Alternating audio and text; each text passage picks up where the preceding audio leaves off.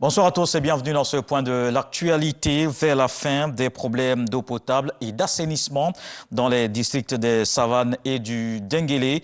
Des latrines vont également sortir de terre. L'État, la Banque islamique de développement et l'UMOA entreprennent la réalisation d'importants travaux. Ce projet d'un coût de 10 milliards de francs CFA va améliorer les conditions de vie des populations. Léon Brou était à Kokar, dans le département de Korogo, pour le lancement de ces actions.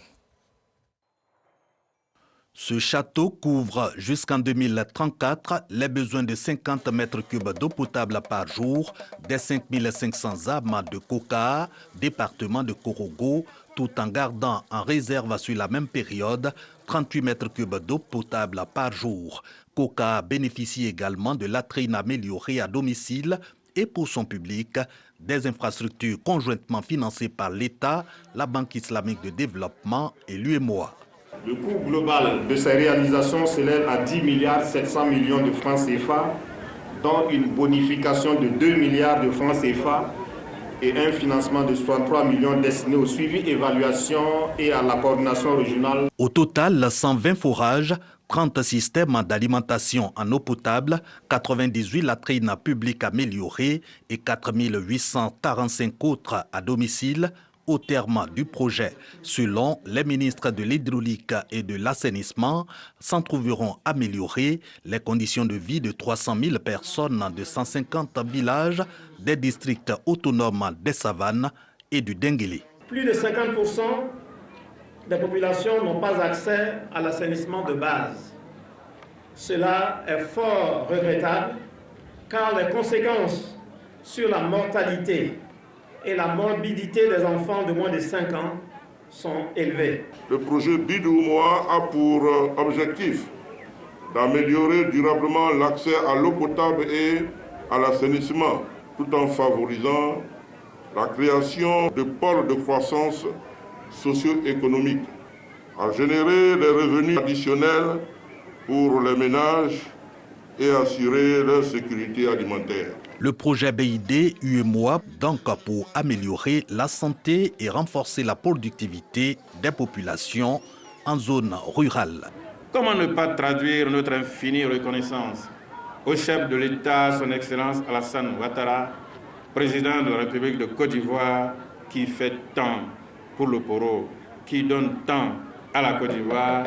On ponctué l'inauguration des infrastructures du projet BID-UMOA, la remise d'équipements de salubrité et de certificats de fin de défécation à l'air libre, mais surtout un hommage au défunt Premier ministre Amadou Gon Coulibaly, instigateur du dit projet qu'il a lui-même lancé en février 2019. Dans l'actualité également ici à Abidjan, dans quelques semaines, la mise en service du péage du Grand Bassam, le Haut Conseil des transporteurs lance une campagne de sensibilisation. Il exhorte les usagers des villes concernées et les transporteurs d'Aboasso, Adiaké, Bonoa et Tiapoum à jouer leur partition. Ces derniers se sont engagés à payer les droits de passage sur cette voie neuve et dégagée. Ils reconnaissent que la qualité des routes dépend aussi de leur implication. Et nous sommes la veille d'un événement qui suscite beaucoup d'intérêt. C'est demain la fête de Saint-Valentin, fête de l'amour. Dans les couples, on met les petits plats dans les grands pour réveiller la flamme et signifier à l'autre tout l'amour qu'on lui porte. Vous allez le voir dans l'édition de 20h. Pour cette journée, les femmes sortent le grand jeu. Alexis Ouedraogo est allé à la recherche des petits secrets de ces dames pour une fête tout en couleurs. Et dans le reste de l'actualité, convoi anti-pass en France, c'est l'heure du bilan. La préfecture de police de Paris a annoncé ce samedi 97 interpellations et 513 verbalisations d'opposants aux mesures sanitaires qui participent à cette opération.